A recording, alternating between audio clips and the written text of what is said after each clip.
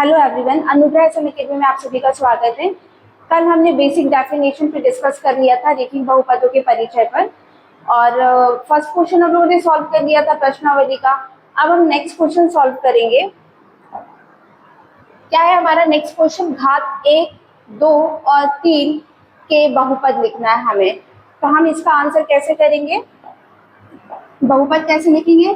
घात 1 का बहुपद। हमने बेसिक डेफिनेशन पर, बेसिक जो डेफिनेशन होती है उस पर हम लोगों ने प्रीवियस क्लास में चर्चा कर चुकी है। आप लोग जाके वो वीडियो देख सकते हैं। हम इस क्वेश्चन को सॉल्व करते हैं। घात 1 का बहुपद मतलब जिसकी घात 1 हो। फॉर एग्जाम्पल इसका आंसर होगा 3x + 2। ये क्या है? घात 1 का बहुपद है। क्यों है? हम इसकी घात क्या मानते हैं? 1 मानते हैं। नेक्स्ट है हमारा घात 2 का बहुपद। अब घात 2 का बहुपद लिखना है मतलब किसी भी संख्या का स्क्वायर, 4 का स्क्वायर होगा। जैसे 3x² + 2x + 5। ये हमारा कौन सा इक्वेशन हो गया?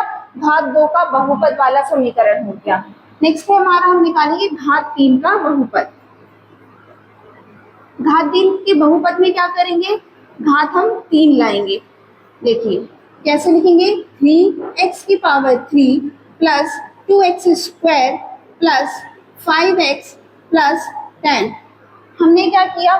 सबसे बड़ी घात 3 लिया यहाँ पे, क्योंकि हमें बोला था घात 3 का बहुपद निकालिए। घात 2 के बहुपद में क्या लिया हमने? सबसे बड़ी घात लिया हमने 2। और घात 1 के बहुपद में क्या किया हमने? 3x + 2 मतलब इसकी घात 1। ठीक है।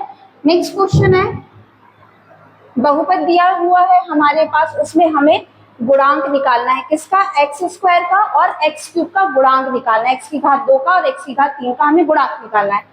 तो हमें क्या दिख रहा है? हमारे पास क्या दिया है बहुपद? x की घात 4 ऋण 3x की घात 3 + 6x की घात 2। ये हमारे पास एक बहुपद दिया हुआ है। अब हमें बोला गया है इसमें कि x² और x³ का गुणांक निकालना है। तो x² का गुणांक क्या होगा? x² का गुणांक क्या होगा? x² के साथ कौन सी संख्या दी गई है हमें? x² के साथ कौन सी संख्या दी हुई है यहाँ पे? 6। तो इसका गुणांक क्या होगा? 6 होगा। अब क्या बोला है? x³ का गुणांक, x की घात 3 का गुणांक क्या होगा? x की घात 3 का गुणांक, अब देखिए x की घात 3 के साथ क्या दिया हुआ है? 3। लेकिन हम केवल उसको 3 नहीं लिखेंगे, हम उसके साथ कौन सा चिन्ह दिया गया है उसको भी लिखेंगे। मैथ्स में चिन्ह बहुत मैटर करता है, प्लस माइनस बहुत मैटर करता है। तो इस बात का आप ध्यान रखिएगा। हम यहाँ पे क्या लिखेंगे? -3 होगा हमारा, क्या? ऋण का 3 होगा हमारा। किसका? x³ का गुणांक। ठीक। नेक्स्ट है हमारा क्वेश्चन, बहुपद में बहुपद दिया हुआ है 4z³ + 5z² - 11। इसमें हमें क्या निकालना है? z का गुणांक, z का गुणांक निकालना है।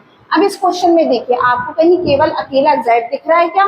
क्या कहीं पे आपको दिख रहा है कि z की पावर 1? नहीं है ना। यहाँ पे क्या दिख रहा है? 3, 2। हमें क्या दिख रहा है? z की घात 3 का गुणांक हो गया 4, z की घात 2 का गुणांक हो गया 5। और ये क्या कहलाता है हमारा? अचर पद। अचर पद कहलाता है। हमने बेसिक डेफिनेशन डिस्कस की थी। तो ये हमारा क्या हो गया? अचर पद हो गया। अब यहाँ पे हमें z का कोई गुणांक नहीं दिख रहा है, तो हम क्या लिखेंगे? आंसर क्या लिखेंगे? z का गुणांक क्या हो जाएगा? 0। ठीक। नेक्स्ट है हमारा, बहुपद दिया हुआ है उसमें अचर पद क्या है? हमारे पास बहुपद दिया हुआ है 9x³ + 5x² - 8x - 10।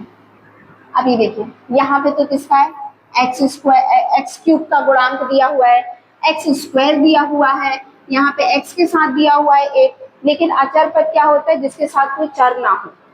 मतलब ये हमारा क्या हो जाएगा? अचर पद है ये हमारा। लेकिन क्या पूछा है? अचर पद क्या है? तो इस चीज में भी हमें क्या ध्यान रखना है? चिन्ह का विशेष ध्यान रखना है। अगर आपने केवल यहाँ पे 10 लिख लिया तो ये गलत होगा। तो आपको ये हमारा गलत आंसर हो जाएगा। अचर पद क्या लिखेंगे हम?